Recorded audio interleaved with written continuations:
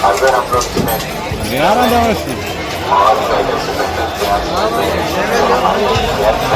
हम किसी का नुकसान नहीं कर रहे, हम कोई उपद्रव नहीं कर रहे, हम कोई पत्थर नहीं फेंक रहे, कुछ मोहब्बत का पैगाम ही तो दे रहे। क्या गलत किया है बताइए? उन लोगों ने अगर आई लव मोहम्मद लिख दिया तो क्या गलती किसी की हेट स्पीच नहीं थी? कल में दो बड़ी खबरें निकल कर आई। एक गुजरात के गांधीनगर से, जहां घर में घुसकर तोड़फोड़ की गई थी।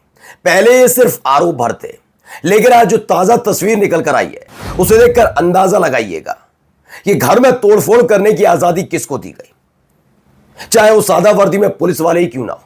घर में मौजूद महिलाओं के बावजूद उस घर में हाथ में लाठी डंडे लेकर ये पुलिस वाले घुस कैसे सकते हैं?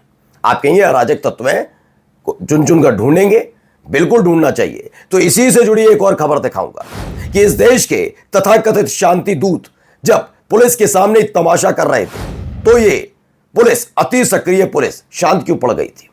यह भी आज बरेली से लेकर सहारनपुर से निकली कुछ और नई तस्वीरों को देखिएगा और इन्हीं उत्तर प्रदेश के शांति दूतों से सवाल किया जाएगा कि ये शांति दूत उछल कूद कर सकते हैं, लेकिन खाकी वाले शांति दूतों के खिलाफ कुछ नहीं कहते, लेकिन दाढ़ी टोपी वाला दिखता है वह लाठी और अपनी ताकत का जोर दिखाते हैं।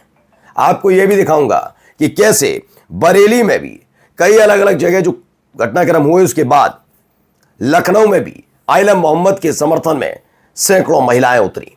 क्या कुछ हुआ वो देखिएगा और देखिएगा कि कैसे लद्दाख में बीजेपी का झंडा लेके ही बीजेपी के खिलाफ नारेबाजी होती है। नमस्कार, मैं हूं प्रज्वल गौतम और आप देख रहे हैं the live TV. The live TV, सच सबसे आगे। तो सबसे पहली खबर दोस्तों ये है, ये वीडियो जरा देखिए।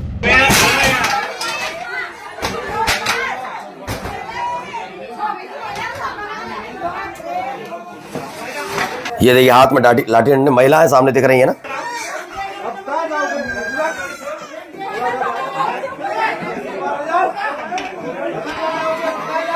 देखते जाइए।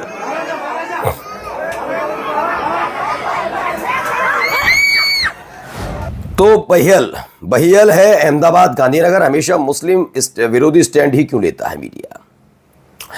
गुजरात और देश का मीडिया दिखा रहा है कि बहियल में मुसलमानों ने हिंदुओं के डांडिया गरबा पर पथराव किया और हिंदुओं की दुकानों में आग लगाई, जबकि हकीकत यह है, हकीकत क्या बताई जा रही है, सैल कुरैशी कहते हैं, यह है कि पथराव दोनों तरफ से हुआ और दुकानें मुसलमानों की भी जलाई गई, लेकिन गिरफ्तारी सिर्फ मुसलमानों की हुई, वो भी घरों के दरवाजे तोड़ कर। क्या गुजरात के गृह मंत्री जो हैं वो और गुजरात के डीजीपी ने कानून के ऊपर उठकर इस तरह के घरों के दरवाजे तोड़कर मुसलमानों के घर में घुसने की स्पेशल परमिशन दी है? और आखिर कौन से कानून के तहत दंगों की एफआईआर में सिर्फ एक पक्ष यानी मुसलमानों को ही आरोपी बनाया गया? तमाम तरह के सवाल ये पूछे जा रहे हैं। खैर, मैं इससे आगे की कहानी अब आपको दिखाता हूं। यहां देखिए जुलूस निकाला जाता है, किसका? दाढ़ी टोपी वाले का। देखिए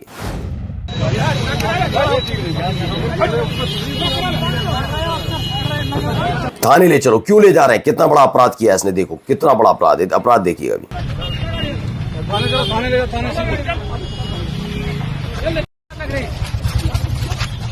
अपराध देखिएगा, अपराध बताता हूं अभी।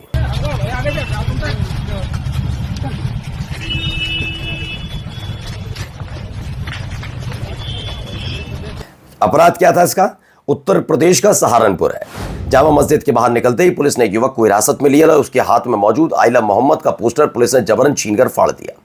इस घटना ने साफ तौर पर यह दिखा दिया कि पुलिसकर्मियों के भीतर उस पोस्टर और उससे जुड़े जज्बात के प्रति कैसी नफरत और पक्षपात भरा रवैया मौजूद है। मैं बस और कोई नहीं, क्योंकि हम तो भैया कानून के तहत बात करते हैं। मैंने कल भी कहा, बरेली में जिन लोगों ने पथराव किया, बरेली में जो कुछ उत्पात हुआ, उसके लिहाज में बिल्कुल शांति बनाने के लिए कदम उठाए जाने चाहिए थे। कल आपने मेरी अगर स्टोरी देखी, और आज भी मैं कहता कि आइलम मोहम्मद, इन पुलिस वालों में से किसी की हिम्मत हो, योगी आदित्यनाथ की सरकार की हिम्मत हो, तो कानून का वो खर्रा और पर्रा और चर्रा मर्रा सब दिखा दें, जिसमें लिखा हो कि आइलम मोहम्मद, आइलम महादेव, आइलम गणेश भगवान, ये सब कहने पर पाबंदी। वो पे तो पाबंदी वैसे भी नहीं है। आइलम मोहम्मद कहने पर अपराध है कि ऐसा ही आप फिलिस्तीन का झंडा लहराने पर पुलिस करती थी, बहुत सक्रिय हो जाती थी। आइला मोहम्मद लहराने पर देखिए पुलिस कितनी सक्रिय हो रही है। ये क्या स्पेशल आदेश दिया गया है कि आइला मोहम्मद का पोस्टर नहीं लहराया जाएगा? ये किसने कहा है? कौन है ये इसके पीछे? कौन है ऐसा? कौन से हिम्मत किसकी हो गई है जो कानून से, इस देश के कानून से बढ़कर है? ये पुलिस वाले भी नहीं है, आप समझ रहे हैं? इस देश के ये जितने भी पुलिस वाले हैं वो भी कानून से बढ़कर नहीं है, कानून के रखवाले हैं। लेकिन सोचिए कानून उधर से सक रहा है और ये रखवाले कर क्या रहे हैं। आगे देखिए अगली खबर, यहां क्या क्या किया जाए देखते थे। ऐसे ले जाए गए।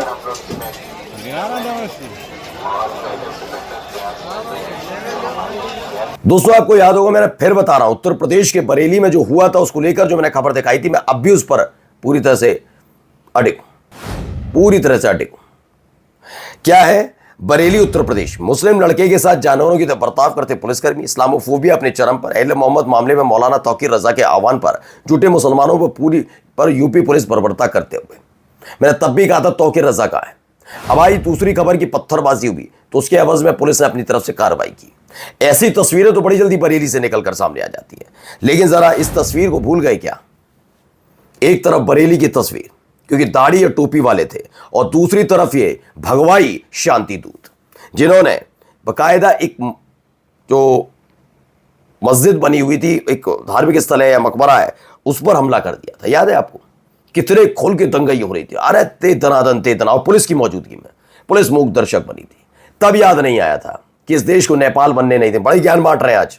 बरेली में जिस तरह से मुसलमानों पर लाठीचार्ज हुआ, उसके बाद जो बीजेपी आईटी सेल के हैं वाले और जो सोशल मीडिया पर 5-5 रुपये के दिहाड़ी मजदूर हैं, मैंने बताया ना, इन्हें कानून से कोई लेना देना नहीं। इन्हें बड़ा खुशी मिलती है कि बेवजह इन्हें कूटो और ये जो भगवाई शांति दूत हो इन्हें लफंगई करने दो। वरना मैं तो कह रहा हूं अगर कानून के रखवाले तो इनके बारे में क्यों नहीं पूछा कि इन लफंगों पर कार्रवाई क्यों नहीं हुई थी? ये लफंगे तो पुलिस वालों के सामने कर रहे थे ना, तब कह रहे थे नेपाल नहीं बनने देंगे। लेकिन इन लोगों ये भगवाई तो नेपाल में क्यों हुआ? आप ही लोग बता रहे थे ना, हिंदू राष्ट्र की मांग के साथ। यही कहा था, मैं तो नहीं कह रहा। तो हिंदू राष्ट्र की मांग के साथ बवाल कौन है? असली जेंजी ये लोग हैं ना, इधर वाले जिनको आप जेंजी कहकर आप अपमानित कर रहे हैं। तो खास तौर पर कौन है? तो नेपाल के हरकतें करना कौन चाहता है? ये भगवादारी। क्योंकि वहां तो आप ही लोग बता रहे थे, दैनिक जागरण जैसा अखबार बता रहा था, कई बीजेपी के नेता या उनके समर्थक या फिर विचारक, आप देखिए पूछिए, कहते हैं हिंदू राष्ट्र की मांग है, नेपाल हिंदू राष्ट्र बनेगा, इस मांग के साथ हुआ है। तो हिंदू राष्ट्र की मांग यहाँ कौन करता है? ये लोग करते हैं ना, तो कौन उत्पात करेगा? ये लोग कर रहे हैं ना। लेकिन आप देखिए दो तस्वीरों से जग जाहिर हो जाता है कि उत्तर प्रदेश की पुलिस किसके इशारे पर क्यों कार्रवाई करती है।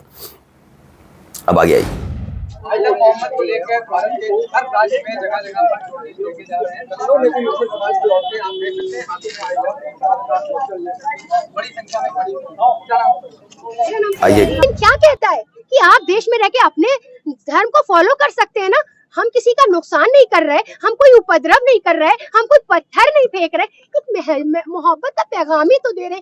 क्या गलत किया है बताइए? उन लोगों ने अगर आई लव मोहम्मद लिख दिया तो क्या गलती? किसी की हेट स्पीच नहीं दी। जो हुआ है वो उचित मानती है। देखिए सड़कों पे मसला नहीं है, लोकतंत्र देश है, हम अपनी आवाज खामोशी से किनारे कहीं पर उठा सकते हैं। भी देखिए हम लोग एक और तस्वीर देखिए जरा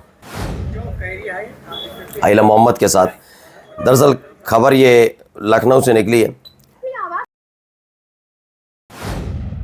पहुंची इमामबाड़ा, आइला मोहम्मद के पोस्टर को लेकर पहुंची महिला। बड़ा इमामबाड़ा के पास भारी पुलिस बल तैनात किया गया। उस्मा परवीन की अगुवाई में हुआ यह प्रदर्शन।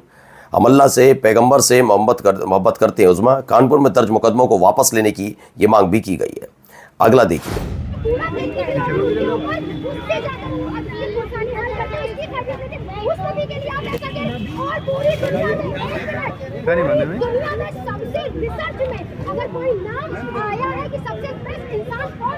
आज आइला मोहम्मद को लेकर उत्तर प्रदेश की राजधानी लखनऊ में पीसफुल तरीके से अपनी आवाज़ को बुलंद किया गया। उस्मा परवीन ने डाला। उन्होंने बताया अगर कोई गैर मुस्लिम आई लव महादेव लिख देता है तो सुनिए क्या कहती हैं।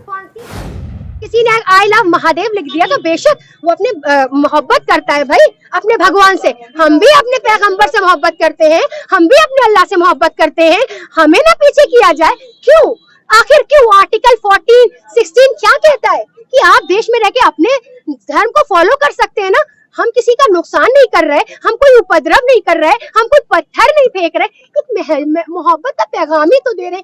क्या गलत किया है बताइए। उन लोगों ने अगर आई लव मोहम्मद, अगर कोई गैर मुस्लिम आई लव महादेव लिखता है तो हमें दिक्कत नहीं होती, तो फिर क्यों मुसलमानों के आई लव मोहम्मद बोलने और लिखने पर किसी को आपत्ति हो सकती है। यही बात मैंने कल भी उठाई थी कि ना मुसलमानों की हिम्मत नहीं होनी चाहिए आई लव महादेव पर, लेकिन ये भी है ना आई लव मोहम्मद पर ये गिरफ्तारियां क्यों हैं।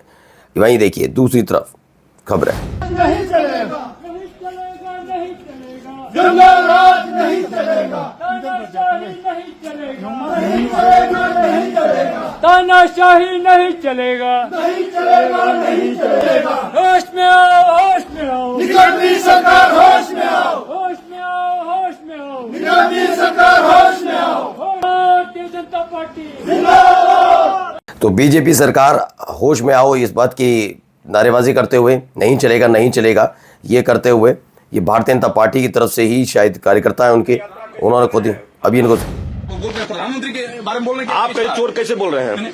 आप चोर कैसे बोले? बिना टिकट यात्रा कैसे कर रहे हैं? इसमें चोर कैसे बोल रहे हैं? प्रधानमंत्री के बारे में क्षमता है आपको? कौन बोला प्रधानमंत्री के बारे में बोले हैं? कौन बोला? ठीक है, आप वीडियो वहाँ जा, मतलब वहाँ जाके भेज दीजिए। प्रधानमंत्री आप भेज दीजिए वहाँ पर। नहीं सीट बेचेंगे इन्होंने बोला।